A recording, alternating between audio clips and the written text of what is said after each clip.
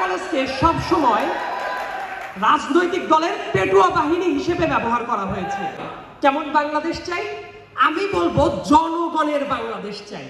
আমরা যারা বাংলাদেশের নাগরিক ছিলাম, আমরা যে বাংলাদেশের নাগরিক, এই কনসেপ্টটাই তো আমাদের ভুলিয়ে দেওয়া হয়েছে। আমরা সব সময় মনে করেছি কোনো এক রানীর আওতায় আমরা প্রজা হিসেবে আছি আর রানী হিসেবে তারা শাসন করছে। এই রাষ্ট্রটা ড্রাইভিং ফোর্স কারা? Will of the people. তার মানে আমরা সব সময় ম্যাটেরিয়াল ব্যাপারগুলো নিয়ে আলোচনা করি, সাংবিধানিক পরিবর্তন দরকার, হ্যান পরিবর্তন দরকার, ত্যান পরিবর্তন করা দরকার, কিন্তু এই যে অ্যাবস্ট্রাক্ট ম্যাটেরিয়াল আছে, এই উইল অফ দ্য পিপল, সেই জায়গাটাতে আমাদের ফোকাস কখনোই থাকে না। ঐতিহ্যবাহী একটা কলেজ, আমি এটা মনে প্রাণে বিশ্বাস করি, সেই ঐতিহ্যটাকে ধারণ করার মতো যে ক্যাপাসিটি, সেই ক্যাপাসিটিটা নষ্ট করে দেওয়ার চেষ্টা সব জায়গা থেকে করা হয়েছে। অর্থাৎ এই কলেজের যে স্বকীয়তা ছিল, সেই স্বকীয়তাটাকে নষ্ট করা হয়েছে নানাভাবে। আমার এই কথাগুলো শুনতে অনেকের ভালো নাও লাগতে পারে, কিন্তু বাস্তবতা যেটা, সেটা বলার ক্ষেত্রে আমি কখনো ঢাক ঢাক গুড় মার্কা কথাবার্তা বলি না। আমি ঢাকা বিশ্ববিদ্যালয়ের ছাত্র হিসেবে বলতে চাই, ঢাকা বিশ্ববিদ্যালয়ের প্রশাসন এবং অন্যরা ঢাকা কলেজকে সবসময় একটা শ্যাডোর ভেতরে রাখার চেষ্টা করেছে, এবং এই কাজটা করার জন্য যে ধরনের মিথ্যা আশা দিয়ে তাদেরকে বলা হয়েছে ঢাকা বিশ্ববিদ্যালয়ের আওতায় গেলে এইটা হবে ওইটা হবে, আলটিমেটলি তাদের একাডেমিক ইয়ার যেটা, সেটাকে ক্ষতিগ্রস্ত করে রাখা হয়েছে।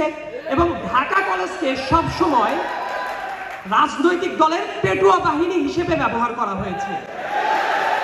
দুর্ভাগ্যের ব্যাপারটা হলো, এই জায়গায় আজকে দাঁড়িয়ে যত স্বাধীনভাবে আমি কথা বলতে পারছি, যদি ঘটনাটা এমন হতো যে 5 আগস্টের আগে সাইদ আব্দুল্লাহকে আমন্ত্রণ জানানো হয়েছে ঢাকা কলেজের অডিটোরিয়ামে, আমার দৃঢ় বিশ্বাস ছিল আসার আগেই আমার হাসপাতালে পাঠিয়ে দেওয়ার বন্দোবস্ত করে ফেলতো এই ঢাকা কলেজের কুখ্যাত ছাত্রলীগ। আমি চাই সামনের দিনগুলোতে দেশের দায়ের চেয়ে এই ঢাকা কলেজের যে ঐতিহ্যের জায়গাটা আছে, আপনারা সেটা ধারণ করার চেষ্টা করেন এবং স্বকীয়ভাবে।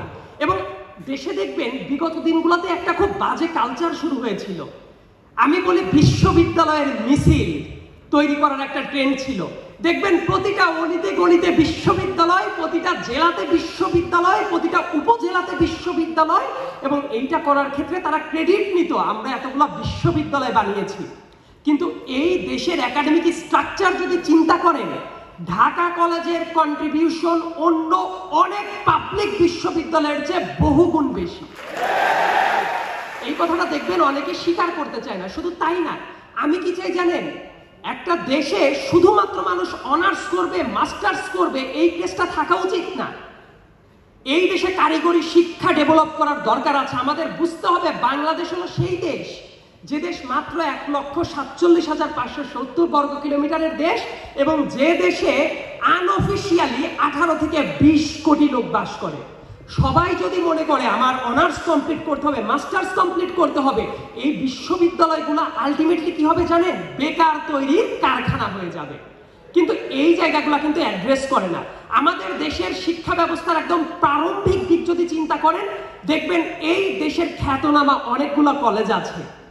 বগুড়াতে এই ধরনের কলেজ পাবেন, পাবনাতে আছে, বরিশালে আছে, সিলেটে আছে, অনেক পুরনো কলেজ আছে।